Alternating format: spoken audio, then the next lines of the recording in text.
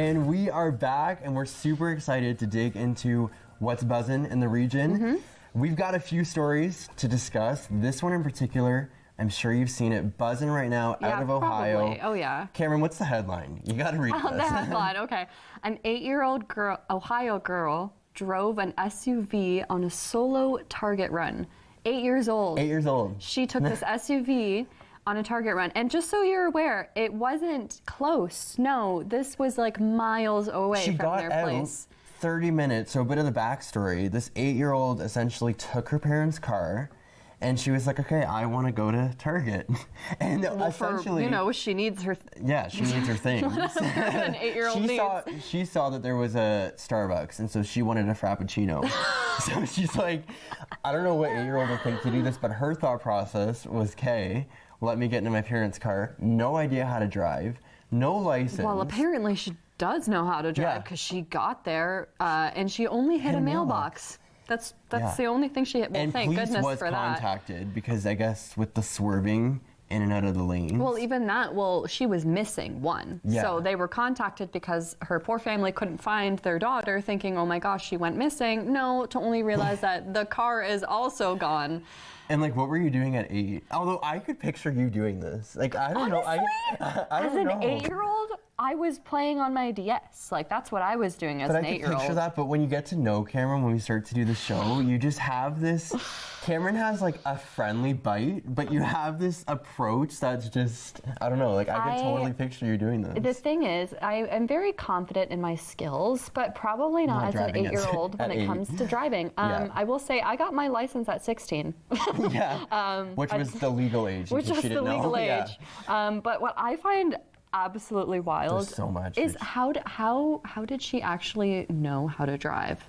But yeah, because you even mentioned in full confidence, how can she reach the pedals? Reach the pedal. How does she know how? Get the keys off the counter even. Like, there's all these things leading up to it. Was she following the rules of the road? Was she merging lanes? Did she know how to stop at the lights and to take advances and all the speed limits and everything? She might know like the lights, but things like advances and like right-of-ways and four-way stops and things like that. And I mean, I'm sure in the U.S. people can be crazy drivers, so maybe that just played a role into it.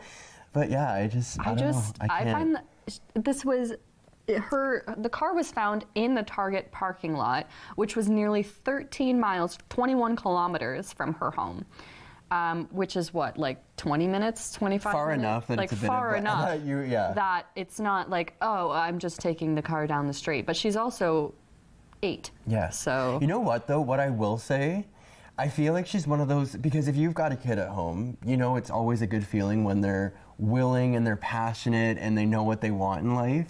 And I mean, she knows that at 6 years old, she probably wants to drive a nice car. 8 years old. 8 years old, I should say. 8 years old.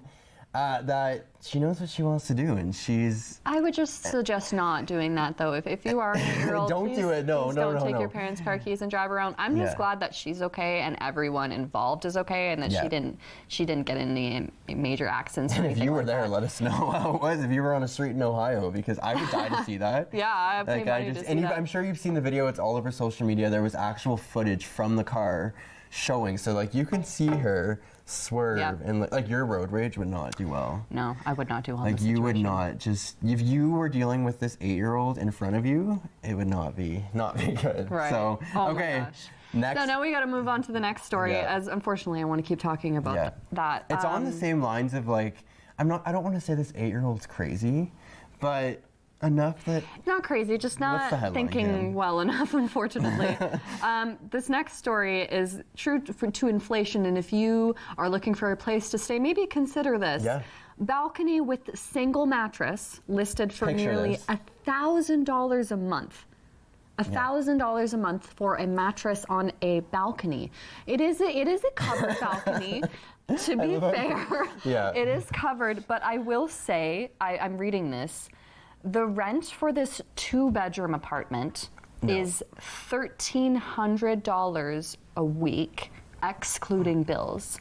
So now you have to pay $1,000 a month for a $1,300 apartment a week. Yeah, and it's not even an apartment. It's not. No, you're getting the way that balcony. we're making it sound. Yeah, it's literally. It is literally balcony. like As if you have a sunroom at home. It's described on Facebook Marketplace as a sunny room. It is literally like a mattress and windows and a balcony. You've got like no room to maneuver or actually space. If you want curtains, no, you don't. You don't want curtains. You don't want privacy. You don't need that. You don't need anything. It's literally just a rug, mirror, blinds, a single bed, and what looks like tile flooring, but it's not tile flooring.